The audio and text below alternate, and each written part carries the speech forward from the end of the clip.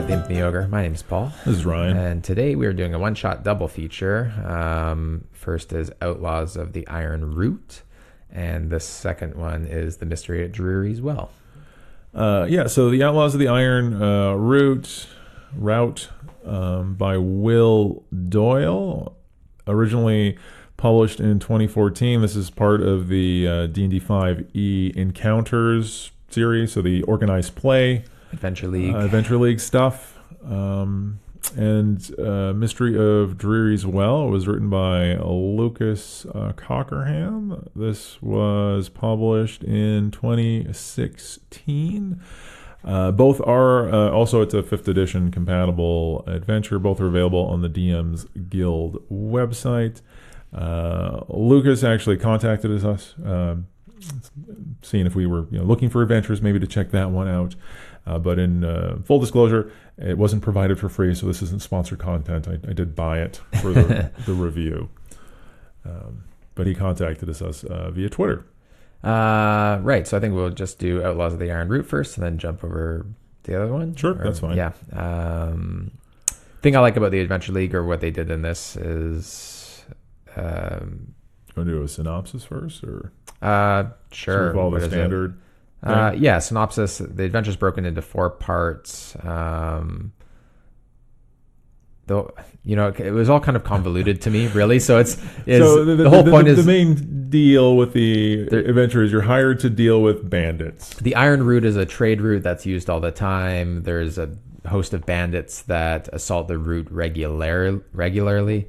You end up being hired by a retainer to disrupt the bandits so they can use the trade routes effectively. It's kind of political. I don't know. There's a whole lot going on in it. It seemed very confusing. It gets very convoluted. At the end of the day, for me, I was like, why am I invested in doing this as a PC? It seems like a lot of effort for something that I don't really care about. Because you showed up to the organized play table, and that's what's being run. Exactly, today.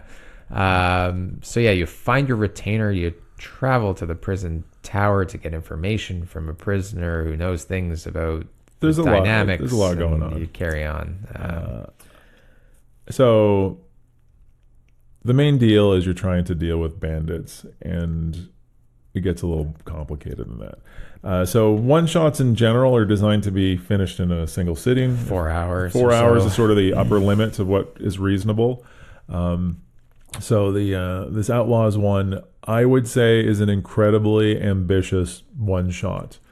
In terms of the amount of stuff that's packed into it, as well as some of the non-combat encounters that the players might engage in, I could see it running long. That being said, I do appreciate, I don't want to spend too much time just talking about the organized play resources that are provided in general, but one thing I did like is there's a suggested timeline in terms of actual table play, where it's like, this should take 30 minutes. This should take 30 minutes. You have 2 hours to do this, right?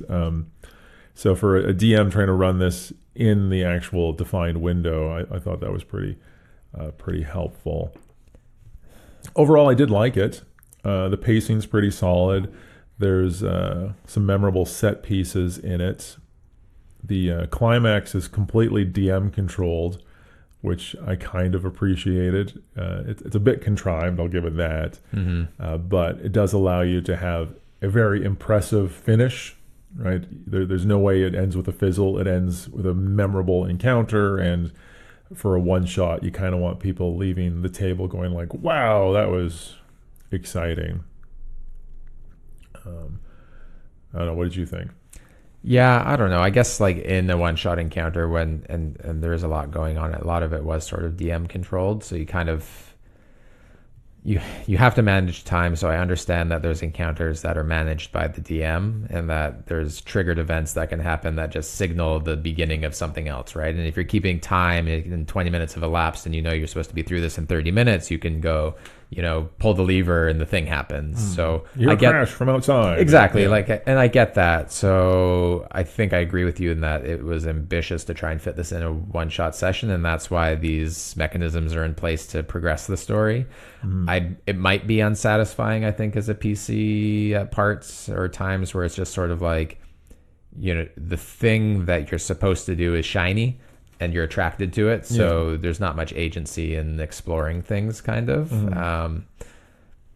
Which again is sort of kind of what you'd want in a one shot. You want to direct the troops, right? So could this be stretched into more than one session? I think very easily it could have been. And would it be more satisfying as a player? Yeah, I think it would be. Just because it's a little overstuffed. I mean, there's a lot of factions involved, and there's a lot of nuance to like why they why are you getting this prisoner, and why who's this other group, and what does it mean, why are they meeting to begin with, and like why should you be involved in getting into this massive camp, and like why do I want allegiance with the guy that, you know, what does it mean? So there's a lot of like political intrigue in it that is just sort of, I think, leaves the players kind of just at the end being like, whoa, that just happened. Yeah, I agree 100% with that. There's a ton of really interesting plotting that's happening, but it's all really behind the scenes. So other than maybe providing some exposition to your players, there's no way they would know this. And because this is for organized play, you could just be playing with a bunch of random people that have never even played an organized play game before. So all of the nuance that's going on, and the fact that, oh, well, this, you know, bandit actually was the framed knight who was rescued by his other knights, and they used to be sort of Robin Hood-like characters, but, you know, they've become more vicious in recent years. And then there's this other group who thinks they're, you know, the chosen of Tiamat, but is pissed off the cult of the dragon, and like there's all of this stuff going on, and it seems like it's almost there only for the DM to make reading it a little bit more interesting, so to sort of explain why all this is happening,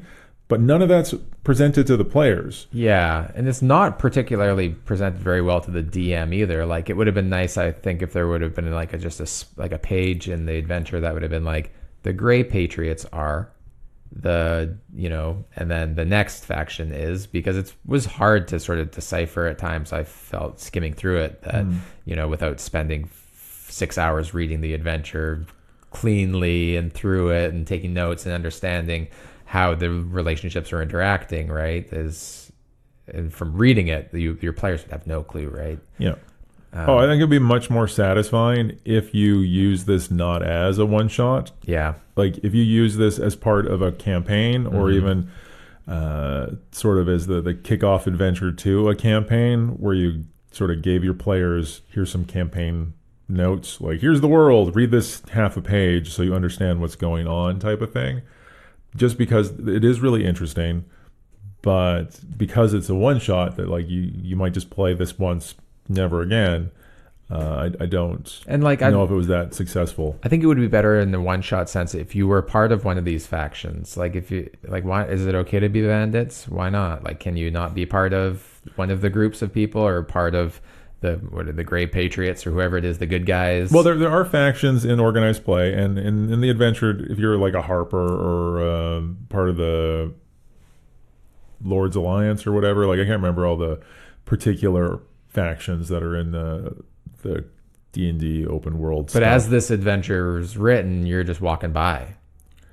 Well, you're just walking by, but because it's an organized play character, in creating it, you might have already played a different organized play adventure, right? Because you might have a background, you might all this stuff. Like these are designed for plug and play adventures where you show up with a made character and you have all of this stuff and you just use it, right?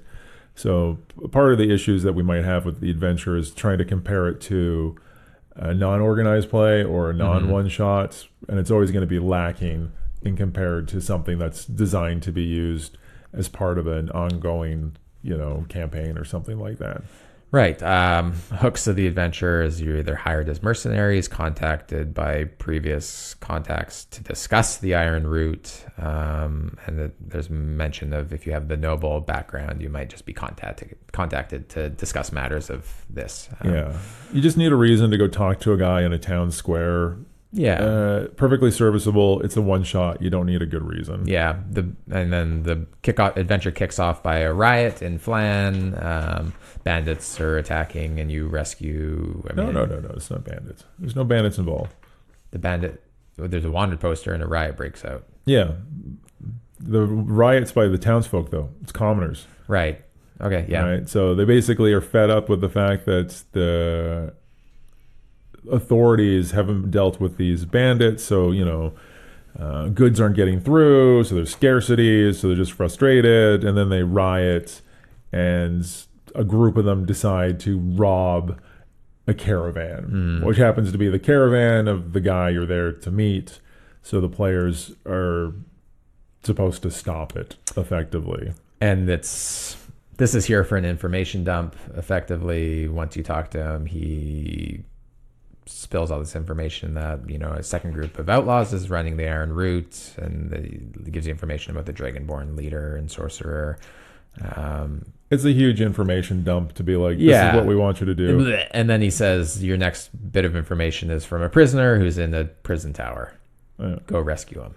Or go find the information. Right. The one thing I did like about the riot aspect is that it needs to be dealt with non-lethally. Mm-hmm. So it presents a combat encounter, effectively, that should be dealt with non-lethal force, which I appreciate just from a diversity of encounter standpoint. That being said, there are no consequences if you just decide to flat out murder them, because the merchant just bribes the city guard. Be like, oh no, don't worry about it. Here's some coins. Mm-hmm. So that kind of took it away from me a little bit. I also didn't particularly think that the exposition really presented the goals so much. Like, it just gives you a bunch of information, but it doesn't actually say, I want you to kill or capture the leaders of the bandits. And I think that's where I had problem with this adventure, is I just felt like as a player, you'd be rolling around being like, what? Like, okay, I guess we're just doing this part now. And especially in the end, it's just like, you're just kind of there, and then like, what? The adventure just ends. Yeah. Like, there is no coda. It's just like, and then it's over. But we're bought into the idea of this one shot, and we're at the table. So yeah, we're not going anywhere. We save our guy, and we head off to the Grim Shackle jail, which I kind of did enjoy the jail aspect of this adventure. As a location, I could see myself just stealing that wholesale for my own campaign. So the point of being here is to interrogate or rescue Rathine, I think, maybe, who was a leader of the Grey Patriots. There's a bandit's been captured, is being held at this prison, and you go to interview them, interrogate them to find out more information about the location of the bandits. Now, what I liked about this part is that there's multiple ways to get the information that you want. You can either go and pay to have an interrogation session with this person. You can try and break in and sneak around. There's a few different people in there that have... one of the mechanisms of like, we're running out of time here, is that another jailbreak occurs from... someone's been hired to bust out the bandit. So they release a dangerous prisoner as a distraction to try to break out the actual bandit. So the prison itself, as a location, I liked it as a business. Right? Yeah. The idea behind this prison is there's a couple of unscrupulous halfling brothers that are a private they're a private prison, so they get paid to take prisoners from the authorities, but all they do is just ransom them back to the highest bidder, so they get profit on both ends. So I just loved it from sort of a scummy kind of business angle, and I really enjoyed it as a location, and also the image of a pair of miserly, miserable halflings just sort of plays against type. And I appreciated that. In the jailbreak encounter, when it occurs, when you activate it, the release of the Minotaur pirate, I think is just like, it's a Minotaur pirate. That's kind of cool. Especially if you throw out a lot of yarr. Yeah, and he's got a peg leg. Yeah, he's on a rampage to get out of there, and it sort of just sets off this timer like you got to get out of the tower, and it just well, you don't even have to kill him, right? Like No, it's just yeah. it's a combat encounter. It basically says that if it's too difficult, just he's focused on leaving. So if nobody's in combat range, he just moves towards An the exit, closest yeah. exit. But the idea of him just like rampaging through walls and headbutting stuff, and because he's got his Maze Runner ability, so he Yeah. knows exactly how to get out. He's not lost. So it's fun chaos, but it's mostly there, win or lose. Well, win or escape, I guess, to trigger the next event, which is the hostage situation. Go ahead. Right. So the guy who is hired to free the bandit basically gets caught doing that by one of the brothers, and he takes the halfling hostage.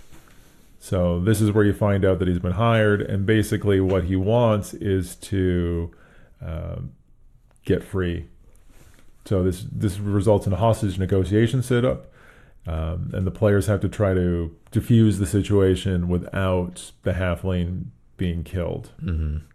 So it's, I don't know, it's a good RP encounter. Yeah.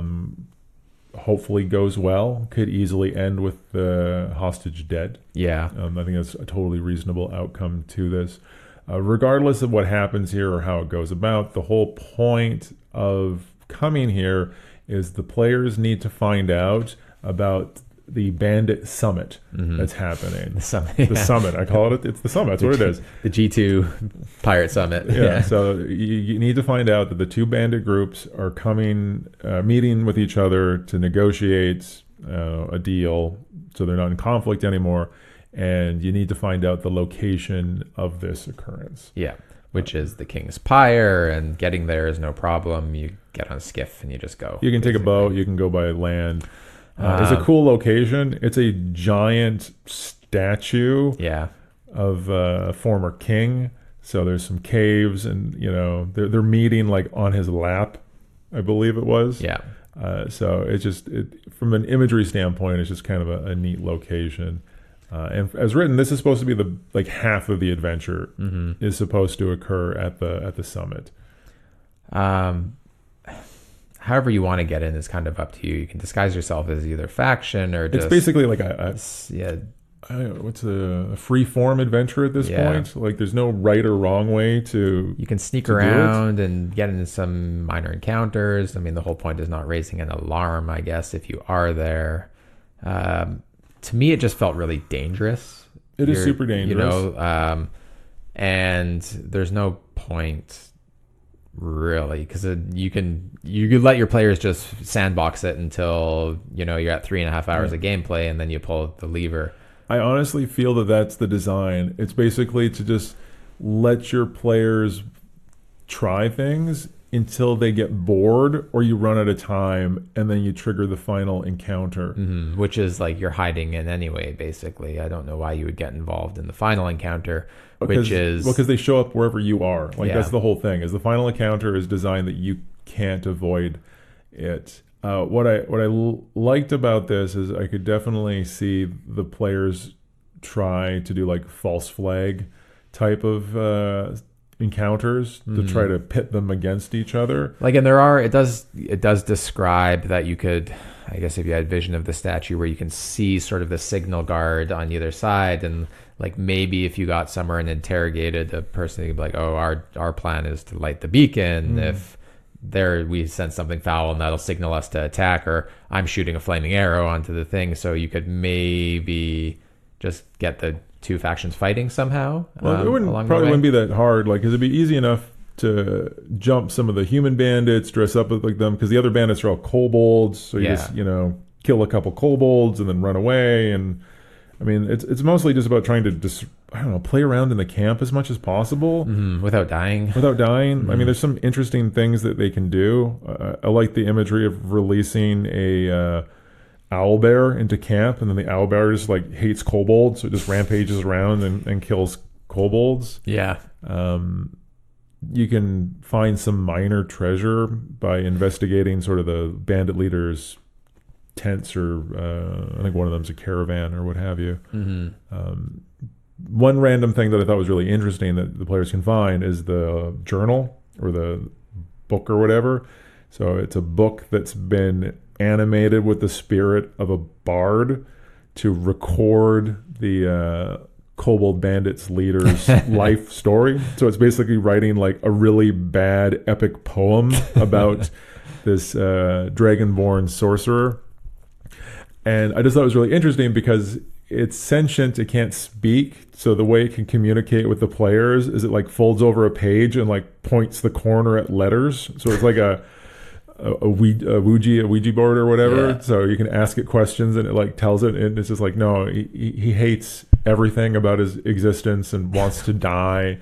And the only way that the magic can be broken is the tale needs to end. Yeah. So if you kill the sorcerer, then the spirit's not bound anymore, and then it gets like the end gets written, and then it's pretty awesome. The book's not magical anymore. And just from like a sort of a cool thing to find that's not really magic, but says a lot about the world from a world building standpoint. I'm like, that's a really kind of cool idea. Because I don't think there's enough sort of useless magic items out there in the world, and this is kind of a quote unquote useless magic item. Yeah, it's I missed that reading it, but that's funny. Very unique. A really neat thing. I mean, that was pretty much the only thing that I really thought was noticeable. Like, I mean, the rest of it is you're just sort of puttering around. Again, like, it's not explicitly stated what you're supposed to do. Yeah. Right? So is the goal to defeat all the bandits? Is the goal, which is impossible. Like, I'm sorry, unless you have like 50 players sitting at your table, there's just too many of them. Or are you trying to just kill the bandit leaders, which I think is supposed to be what the goal is? Yeah. Because if that's the case, then it's kind of hard for the players to do because they're in the middle of a camp surrounded by all their followers. Like, it just is odd to me that the problem is having two bandits on the Iron Route, or two bandit groups. Like, one was okay, like we can handle losses from one group, but the second, I'm not sure. So yeah, the lack of motivation in the adventure to me is just sort of like and I kind of found myself wondering, like, I just don't see why I would want to do this as a PC, but I guess the idea is that I'm here to play D&D in this session, so I'm just playing. And then basically you're supposed to just putter around until your players get bored, or are going to get captured, which is very likely. And then at this point, you trigger basically the beginning of the fourth act. Right. And what apparently has happened is that the Kobold Bandits have run afoul of the Cult of the Dragon, so they've put an operative to spy on them, a flying kobold, which the PCs can like bump into and overhear them talking to somebody. Mm-hmm. But again, like, they don't know what's going on whatsoever. Like, there's no reason for them to know anything about it. But basically what happens is there's been a orc tribe that's been hired to eliminate the kobold bandits. So whenever the DM decides it's time, the orcs attack, and basically you get to narrate bandits killing each other. Yeah. I think as written, there's one fixed encounter with the orc bandits. So like a group of them stumbles upon the players if they're about. And then you just sort of describe what happens. Mm-hmm. And when you feel like it, you throw a boss encounter, which is the orc chief and Urg, war chief riding a warg. And then you introduce this at the point of maximum drama for payoff. Yeah. So narrate whatever you want. Like, that's the one thing I kind of didn't like about this, because it's very much a narrated ending, right? That like you are not expected for the players to kill everybody. It's not expected that you're rolling for the kobolds fighting the human bandits, or the bandit leaders even fighting. Mm-hmm. And then when you feel like it, you end it and just sort of say, and then everybody's happy, I guess what it feels like is like I'm playing a script a little bit in this one, and that's I think too much player agency is removed in that, and that we're participating. Like, I think the crown jewel is the middle in the jail, like where you get to do the most as a player. And even in a session where you're meant to sit down and play D&D, I don't think you get to in the end. Well, yeah, the issue is that there's no agency in the resolution of it. Yeah, right. Like so it's a one shot. Like, so I totally understand that. Like, it's not gonna, it shouldn't be a sandbox through all of it. It's like you go to A, you go to B, you go to C. But the players should still have a say in how it ends. Like, you win or lose, whereas this adventure, you decide if they win or lose. And basically, it's structured that, like, you can't lose. Right. Yeah. Right. The only way you would lose is if you, for whatever reason, died to the war chief. Everything else is like narrated. Like, as written, there's no explicit reason that they ever even fight either of the bandit leaders. Right. Like, it says, like, oh, they can get away, or you can just find them, like, wounded or dead or what have you. I guess we look through a lot of our adventures through like a campaign setting and that not so many one shots, so it would be pretty unsatisfying from a campaign perspective, and all of a sudden you haven't dealt with the thing that you were meant to deal with in the first place, which was the bandit problem on the Iron Route, and there's nothing to say that we succeeded. Is it safer in the end? I don't know. I mean, it also depends on what people are looking for from a D&D game. Yeah. Right. And from a storytelling standpoint, if you want to listen to a story, this is a pretty neat story. Yeah, I think right? Agreed. So, you know, I'm just not as narrative, I guess, of a I wouldn't want gamer. to sit there and describe things as a DM and narrate through it, but there's probably been a lean towards that in the most recent year or two for various reasons. So Critical Role. If that was your style and you wanted to do that, then pick up this adventure. I think you'd have fun running it, and your players will still have some fun in the adventure, especially in the middle with the jail. I think that part was great. I will say that if you're a novice DM, because so much of the flow of this adventure is on the shoulders of the DM, there is more straightforward one-shots to run for sure. Like the next one that we're about to talk about, The Mystery at Dreary Well. Simple beginnings. A gnome has asked you to recover a diamond that was lost. It leads to various locations, a haunted house and a cave, and maybe back to the Dreary Manor. It's nice that it's set on a 2-week timer, this adventure, so you have an idea of when events are supposed to take place or how things go, so you can kind of have that internal clock.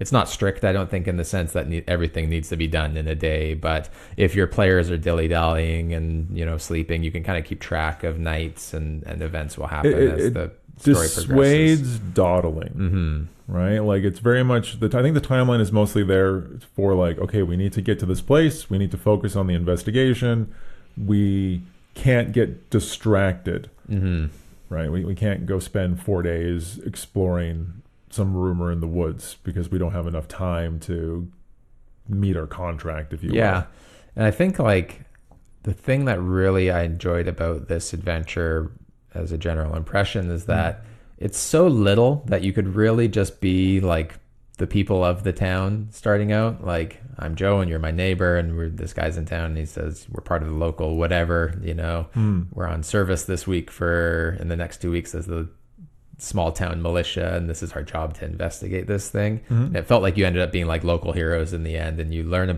a lot about the place you've been living and like the mysteries of it and the history of your small little town, which I thought was like fun. Yeah, it's a fairly low stakes adventure, which is nice, and as it should be for a first level adventure. Right? That's, I think, part of my problem with a lot of D&D is that there's this push to get you right into this major epic plot. They're like, oh yeah, you're starting off, and of course that the cardinal is going to hire you to escort this artifact across, these dangerous blah blah blah blahs, because you're a caravan guard. Yeah, you should be a caravan guard carrying like pots and pans across the plane. Like you need to have a progression of social status, right? Like when you start off, you should be dealing with small things, and success at the small things brings you to the attention of higher ups. So like, this is a group of people that we know can get stuff done. We recovered this gem. So when there's another theft, then maybe they get hired for that. Oh, they were successful for that. Well, there's been a murder, and then you can just progress up. Yeah. You don't give the rookie cop the crime of the century for a good reason, right? Unless you're the movie Seven and Brad Pitt, and then you get to do it all. Well, he had a different. He had a there's job reasons. before. Yeah. there's reasons for that. Let's see. I did like that it's an investigation. Okay, I don't think a lot of one-shot design adventures are investigative in general. I think the way he did the adventure investigation's pretty good. I had a couple of spots where I found was a bit concerning.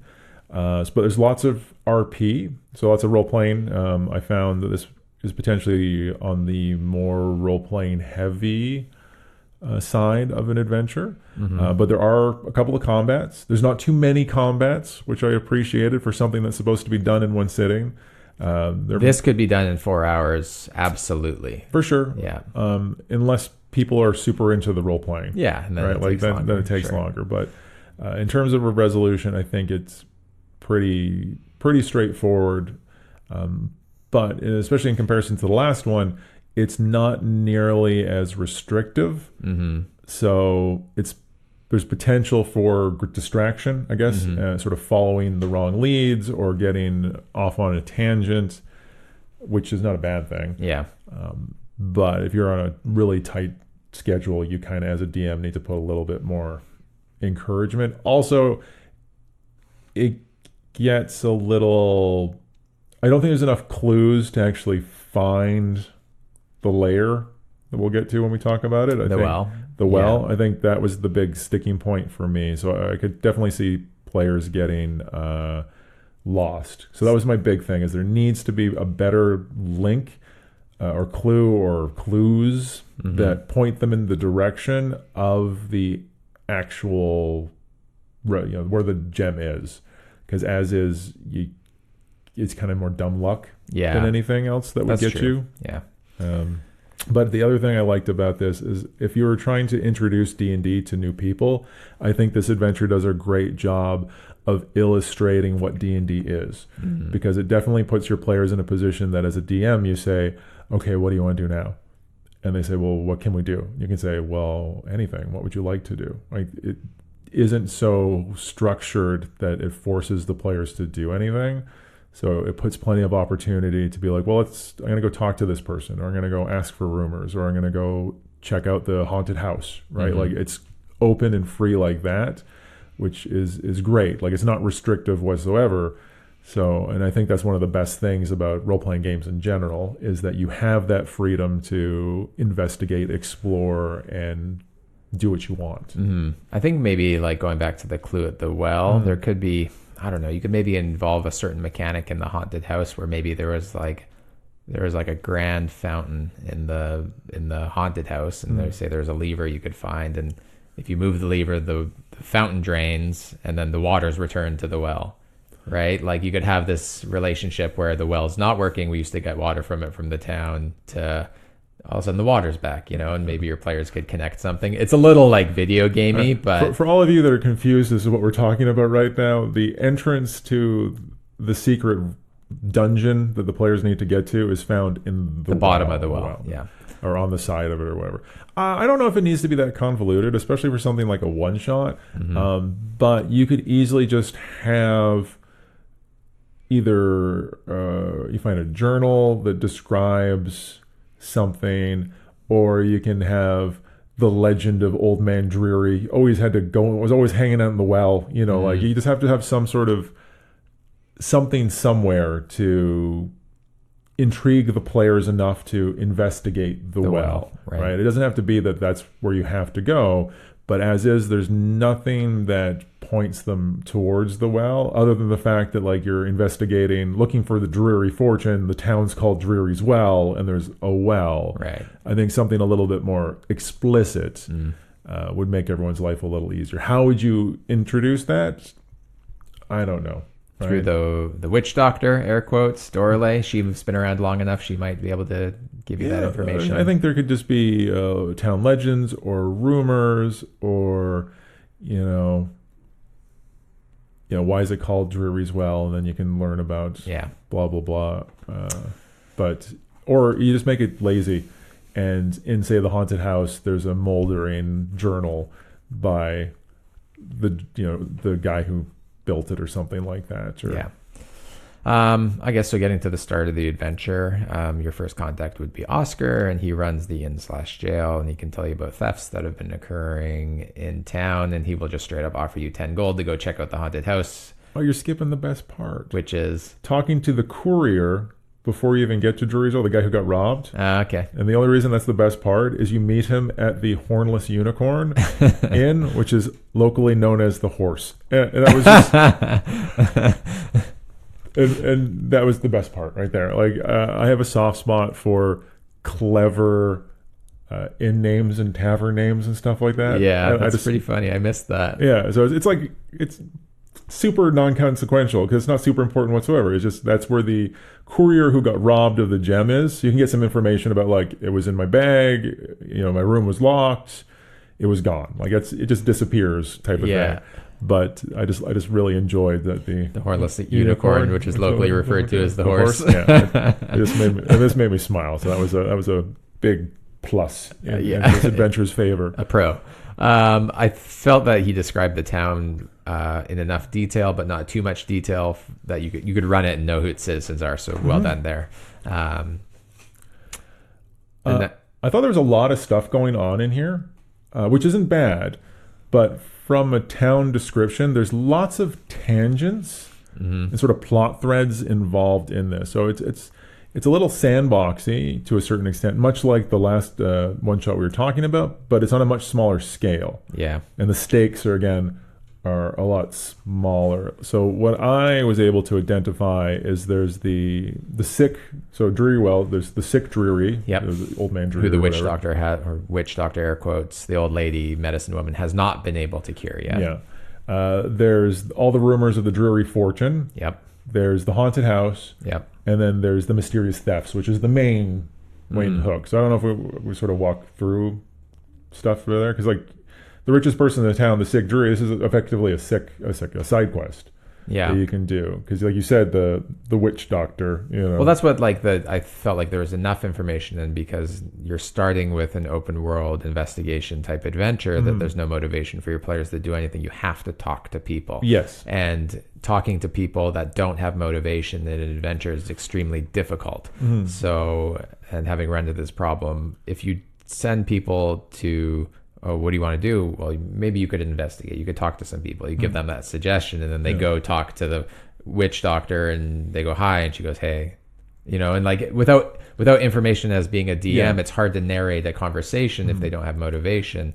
So I thought that like he did a good enough job of giving enough detail for each of the NPCs that you might go talk to, instead of just being, point form and vague. Yeah, I mean, there's the whole sort of rumor list that you can get, like the rumors that are in the inn. So even something as simple as like your players can say that we're going to talk to people in the inn and make a gather information check. What did you find out from chatting with people for an hour? Well, this is the local gossip. Yeah. And all the local gossip is pretty straightforward. So that's how you find out about the sick Dreary.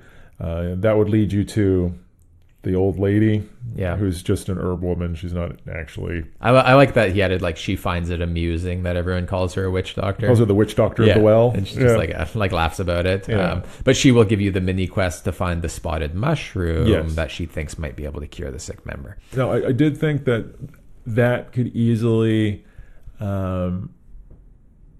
distract a party, because maybe suddenly they're like, okay, well, it's only found in areas of death and decay. Let's go find such a place, right? So if they sort of get distracted looking for it, I mean, you can just shut it down and be like, you stomp around in the woods for a day. And but I think you've got like the bigger goal as a first level party is you've been offered 10 gold to go to the haunted house to begin with. So you might be like, well, let's do the easy thing. Yeah. And if you've got this side quest in your back pocket, but I could see how that could happen, where they could be like, oh, we have to go to the Bog of Doom. Which normally is not a problem. But again, like I'm trying to look at this through a one-shot perspective, where you don't have all the free time in the world to be playing. Anyways, it was just a neat little side questy thing. There's no real point of it. It strikes me more as like if you did heal him, maybe this leads to something in the future. But again, if it's just a one shot, that doesn't really matter. It's just kind of an interesting success that they can have. So there's the Dreary Fortune and the thieves. They're there to find it. Yes. And this is kind of like a major point in terms of what's going on in town, though not directly involved with the theft of the gem. Yeah. So the thefts in town are unrelated to these new thieves, though one of them was recently caught by Oscar, the innkeeper, trying to rob his tavern. Yeah. So they're locked up, and this might provide a bit of a red herring, I guess. But your players are definitely going to want to investigate and try to see if this person's the culprit. I think in the adventure it notes that like the thief that was caught robbing the inn, he will divulge that it wasn't part of the master plan eventually, and that he was just doing it for fun. I think it's a she. Or she, yeah. But I like that because that's sort of like, I don't know, most thieves, if you're a player thief, you do things that you're not supposed to do, and that like made me, it amused me that they got caught doing something that wasn't the intent of why they were there. Yeah. It's just like they've suffered for it. So there's that person who's caught, and then they have an accomplice who's also in town, who the players may interact with because he's an outsider. He's only been in town for a little bit, so suspicion should fall on this person. Yeah, and the players may investigate them, which comes up with nothing, I think. Though things like charm person and whatnot, you could find out more information. You could find out about the accomplice, and what I liked about this is the players can identify this potential concern, diffuse the situation, get them both arrested, and that basically prevents murder effectively at the end, which the players would never even know that they were preventing that. But I did like that if the players are thorough and they investigate this plot hook, they can save lives effectively. But I think that also speaks to what a good one shot is that we could run this twice and there could be different outcomes. Unlike the one that we did before, there is one outcome all the time. Because you decide it. Because the DM decides it, right? But in this, it's like you could take this adventure to 3 different tables, and there could be maybe the murder happens in one and it doesn't happen in the other. Maybe the treasure's found in one, not found in the other. Yeah. Maybe we keep the treasure in one and don't give it back, which you don't get things, which is, I think that is a good quality of a good one shot, and that it could be run over and over and over again, and something different could happen each time. So well done in the writing of that. Yeah, but there's definitely flexibility in that aspect of it. I guess we'll I don't want to jump ahead to the murder, but sort of the haunted house is the next part. Yeah. So I think, there's 3 doors in it, and you. Oh, actually, I just read my notes here. There's one thing I think that was missing that would improve the thievery plot thread is if the players are doing this over the investigation over a couple of days. I think there should be sort of a scene, if you will, about how about the thief who's captured escaping, right? And I think maybe that should point to there being an accomplice or something like that, just because I think it would foreshadow the ending a little bit better than what is right now. Because the ending, like suddenly they're both out of nowhere. I think if you had a scene where they escaped, then the players at least know there's more than one of them. True. Type of thing. So I thought that would have been a minor tweak. Yeah. That would sort of improve the payoff a little bit. Just more. Some foreshadowing. Exactly. But there's something else going on. Sorry, haunted house. Yeah. So the first place that you're probably going to go would be the haunted house, and there was lots of nice narrative and flavor text written about this. So you've got a lot of ammunition as a DM to describe the area. I liked that it was not full of things that were just there. There's not Sturges hiding in the closet. It just, you go and you investigate. Is it a first level adventure if it's not Sturges, though? You go and you just investigate an empty house that's been claimed as haunted, and through some, rolls and some finding, you end up in the place of an old, what is the guy's name? Moander, an old dead god. So this shrine is full of decay and death, and you can find the mushroom there. And zombies. There's some traps and there's flavor. There's one small encounter. I think it was great for just a tiny haunted house for first level PCs. And it also sort of breaks up the investigation, right? It gives you something to do. Things are throw in a little bit of combat for the people that are sort of just rolling dice out of boredom. Yeah, and it's never described in the adventure who set up the shrine, why it's there. You could maybe through a knowledge check find out that there could be signs for Moander, so that could lead you into a campaign or more threads. So, and it's not trivial to find, right? It requires some like a couple of perception checks. It's hidden, so it involves a bit of poking about. And then there's some non-magical treasure, so there is a payoff. You get some things that you can sell for money. I did like that. One of the things is a book about the cult, like it's the holy text or whatever, which is worth money, but is super it's not something you want to be found with. Yeah. So going around and asking the wrong people, if they'd be interested in buying it, will involve some questions about where'd you get that from? Like, you shouldn't have that. Yeah, that's bad. Yeah. Or the church, would be like, you got to burn that. I kind of like the idea that you could get something that's valuable to the right people, but like a liability as well. It must be burned. Yeah. Exactly. So I thought that was kind of nice. So I think maybe like having returned the mushroom to the medicine lady, I think maybe this could be a good opportunity where you're saying there could be more to investigate the well. She could be like, here's the journal of... Maybe she could offer you a reward that could give you information to like... Actually, related to that, well, the person who's sick is the descendant of the person... Who made the well. Yeah. So you could have it that in helping him recover, he's now in a position to talk to you. Yeah. So now you can talk to this person and gain more... that can be the thing that leads to you getting more information about the well...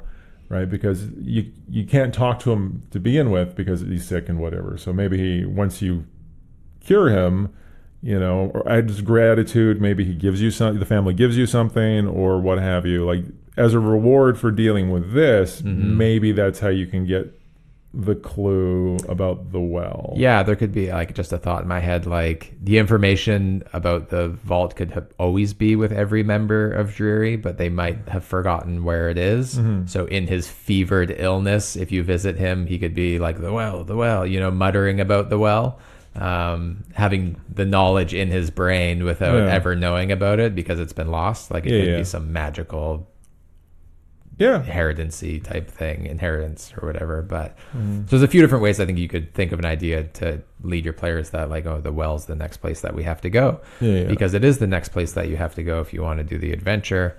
And basically if you investigate the well and look in the bottom of it, you can see that there's a small ledge in there that you could stand on. It's like 6 inches long or something. So really all you need to do is like look in the well.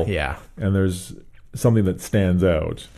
And going down to the ledge reveals an opening that lets you into a little cave system, which is basically a mini dungeon. There's a few traps in here and a spider. There's one awesome trap in here. There's more than a few. It's a bit trap heavy, I would say, especially considering that there's a difficult combat encounter at the end of it. But it makes sense for it to be well trapped. So there's one trap that I really liked was the squeeze through trap, where the area is so tight to get through that only one person could squeeze through, but it's embedded with blades, which I thought was like particularly nasty and from just like a thinking about it standpoint, but also like really cool as a trap design. And it's also, I've never read that before or thought about it, so good on you for thinking of something unique. The portcullis trap where it can actually just kill and squish someone. And then there's a giant spider that you can And the giant spider. So, I mean, the portcullis trap may be a bit unforgiving. It's going to kill someone probably. There's the arrow trap right at the beginning. There's a portcullis trap. There's a pit trap that drops you down a chute where you get attacked by small spiders. And then it drops you in the area where the giant spider is. So if you haven't dealt with the giant spider already, you're going to get eaten. And then there's the squeezing trap as well. So there's a bunch of traps. But I don't mind it in that they're almost escalating in a sense, right? Like, we walk through the arrow trap. Okay, there's probably traps in here, so look for them. I do appreciate the fact that one of the least dangerous traps is the first one. So if you continue to not check for traps, you kind of deserve to get what you get. And in brackets, I just put adventuring is dangerous. So there's nothing wrong with someone dying. I don't think we agreed on this. It's okay to die. and then it's okay to die in your first adventure, and adventuring's dangerous. You know, you shouldn't have an emotional attachment to a first level PC. Yeah. That's why you shouldn't be writing 3 pages of backstory. So the treasure room I thought was well done as well. So I guess the big reveal here is that the thefts in the area have been handled or performed by an Ghost. ethereal filter. So it's not a ghost, it's an aberration that basically can jump into the ethereal plane at will, who is attracted to shinies. Like, it's basically like a crow. monster, a magpie or crow. Yeah, exactly.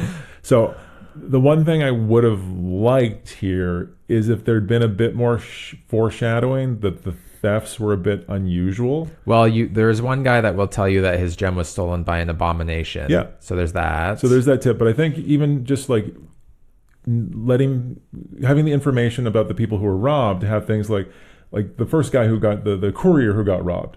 All you say like, yeah, the gem was stolen, but I had my bag of gold in there as well that wasn't taken, right?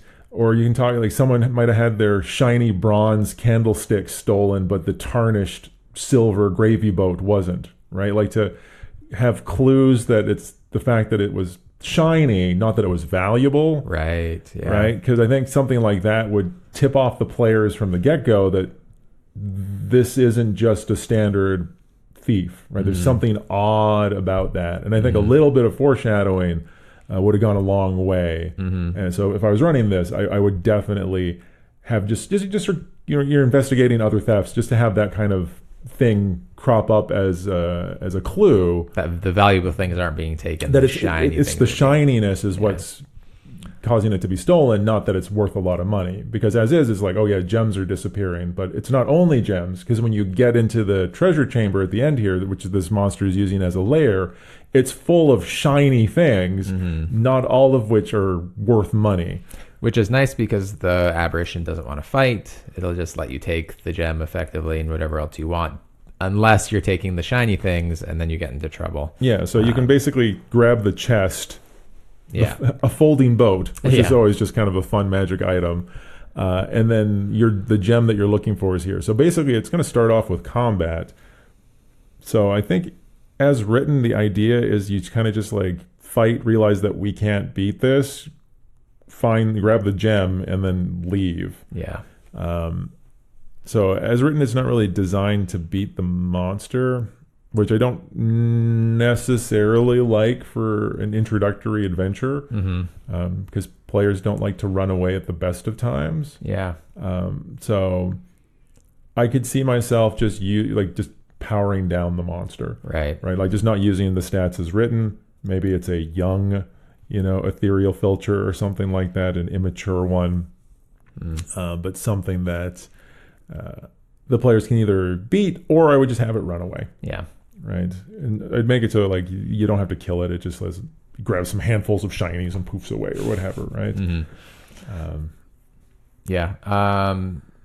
So if you make it through that, then as you're leaving the well, that's when you kind of come to the last surprise of the adventure, in which you see murder being committed by Conch, whatever the thieves that are looking for the vault that you just found, decide to assault the Dreary household. Yeah. You basically see someone being shot in the street. Yeah. And then you can deal with the thieves. You end up with one more encounter here, which is, I think if there's a bit more foreshadowing, it might have been like, we saw that coming, as opposed to just being like, whoa, murder just happened. If we thought they were nice guys. Whatever, take it or leave it. It's a good part of the adventure, a nice, interesting way to finish. And your players might be a little worn down from the well encounter, so it could be a little harder than it maybe would have been if they were all rested. So I could also see this turning into like a hostage situation, especially if they see you coming out of the well carrying a treasure chest. That type of aspect. So the resolution is fairly flexible, right? I could also see the thieves running away and then like coming back for you at a later date. Also, I could see if the filter survives, it's basically just constantly harassing the players.